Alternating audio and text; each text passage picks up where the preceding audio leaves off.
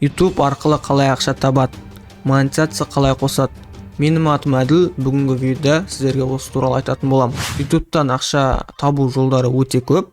Оның сіздерге ең бірінші жолын айтып өтейін. Ең бірінші жолы ол монетизация арқылы ақша табу. Монетизация дегеніміз не, сіздерге айтып өтейін. Монетизация дегеніміз сіздің видеоларыңызда реклама шығады, соны адамдар көрсе, яғни сіздің видеоңызды қараған кезде сол рекламалар шығады, соны адамдар көрген кезде сізге YouTube ақша төлейді. Мысалға, осындай рекламалар шығуы мүмкін сіздің видеоларыңызда. Мына жердегі реклама. Осы үшін адамдар видеоңызды қарағанда осы рекламаны көрген үшін YouTube сіздерге ақша төлейді. Бұны қалай қосады? Бүгінгі видеода сіздерге осыны көрсететін боламын. Монетизация қосу үшін біріншіден сіздің каналыңызда 1000 подписчик болу керек, және де 4000 сағат просмотр болу керек. 4000 сағат просмотр дегеніміз сіздің видеоларыңызды 4000 сағат қаралу керек. Яғни сіздің бір видеоңыз 10 минуттық болса, соны қараған адамдардың общий уақыты 4000 сағат болу керек. Оны сіздер творческий студияға кіріп, мына жерде монетизация деген жерден қарай аласыздар, сізде қанша час бар екенін. 1000 подписчик 4000 сағат жиналғаннан кейін сіздер монетизацияға заявка бере аласыздар. Бүгінгі видеода соның бәрін көрсететін боламын. Соңына дейін қарап өтіңіздер. Монетизацияға заявка бермес бұрын сіздің каналыңызда видеолар авторский болу керек. Яғни видеоларыңызды сіздер өздеріңіз түсірулеріңіз керек. Біреудің видеосын алып YouTube'қа салып монетизация қоса алмайсыздар. Сіздер толығырақ монетизацияның ережелерімен осы вкладкадан қарасаңыздар болады. Справка YouTube'тан мына жерде толығымен айтылған. Бірақ та сіздерге маңыздыларын айтып өтейін осы видеода. Ең бірінші ол сіздің видеоларыңыз авторский болу керек, яғни сіздер өздеріңіз түсірулеріңіз керек. Біреудің видеосын алуға болмайды. Ол кезде сіздерге монетизация қоспайды. Екінші, музыка без авторский болу керек. Яғни музыкада біреудің музыкасын алуға болмайды.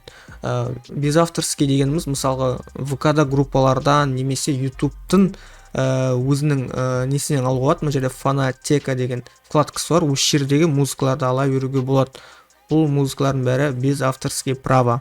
Жалпы ең маңыздыларын айтқан сияқтымын.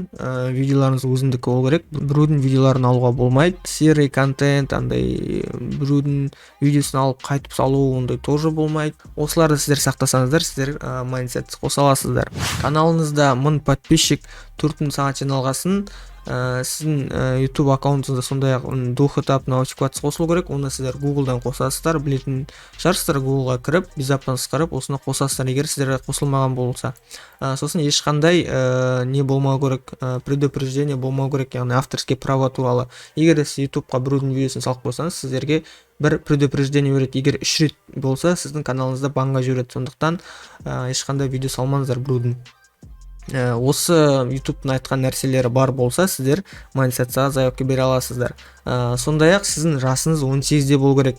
Егер де сіз жасыңыз 15-16 болса, онда Google-дан настройкасынан сіздер жасыңызды 18 қылдырып қойыңыздар. Так, содан кейін YouTube-та осының бәрі болғасын, монетизация кіріп барайсыз, барлығы келіп тұрғасын, подать заявканы басамыз. Содан кейін біріншісінде шаг первый, ол начать деп басамыз. Я принимаю условия партнерской программы. Мынаны білмесеңдер оқып алыңыздар. Бүкілі қазақ тілінде оқып алыңыздар. Галочка басасыздар да принять условияны басасыз. Күтеміз. Біріншісі орындалғаннан кейін екіншісін басамыз. Шаг 2 начать. Ол яғни AdSense-ға қосу. Сіздер мына жерде у меня нет аккаунт деп басасыздар. Сіздерде AdSense аккаунт жоқ деп. Және де осы санаға аккаунтты таңдайсыздар.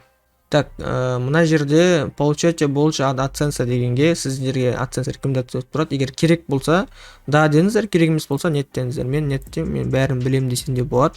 Так, содан кейін странаға Қазақстан таңдаймыз.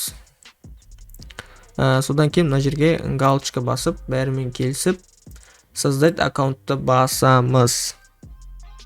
Осыдан кейін бізде AdSense аккаунтымыз ашылады. Мына жерге информация о клиенте дегенге данныйлар толтырасыздар. Так, сосын отправить дегенді басамыз. Сосын YouTube-қа аударамыз дейді. Аудара беріңіз дейсіңдер. Болды, YouTube-қа аударады. Және де бізде екінші шаг орындалды. Галочка шығу керек. Міне, выполняется деп тұр. Яғни бізде екінші шагымыз орындалды.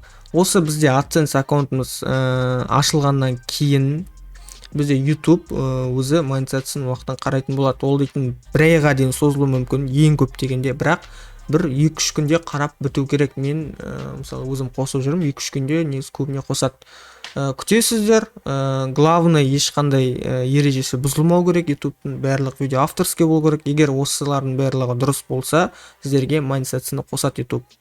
Алдағы уақытта қанша ақша табуға болады, оны келесі видеоларда көрсететін болам. Сіздерге видео ұнаса лайк басып қалуға тіркелеміз. Сау болыңыздар.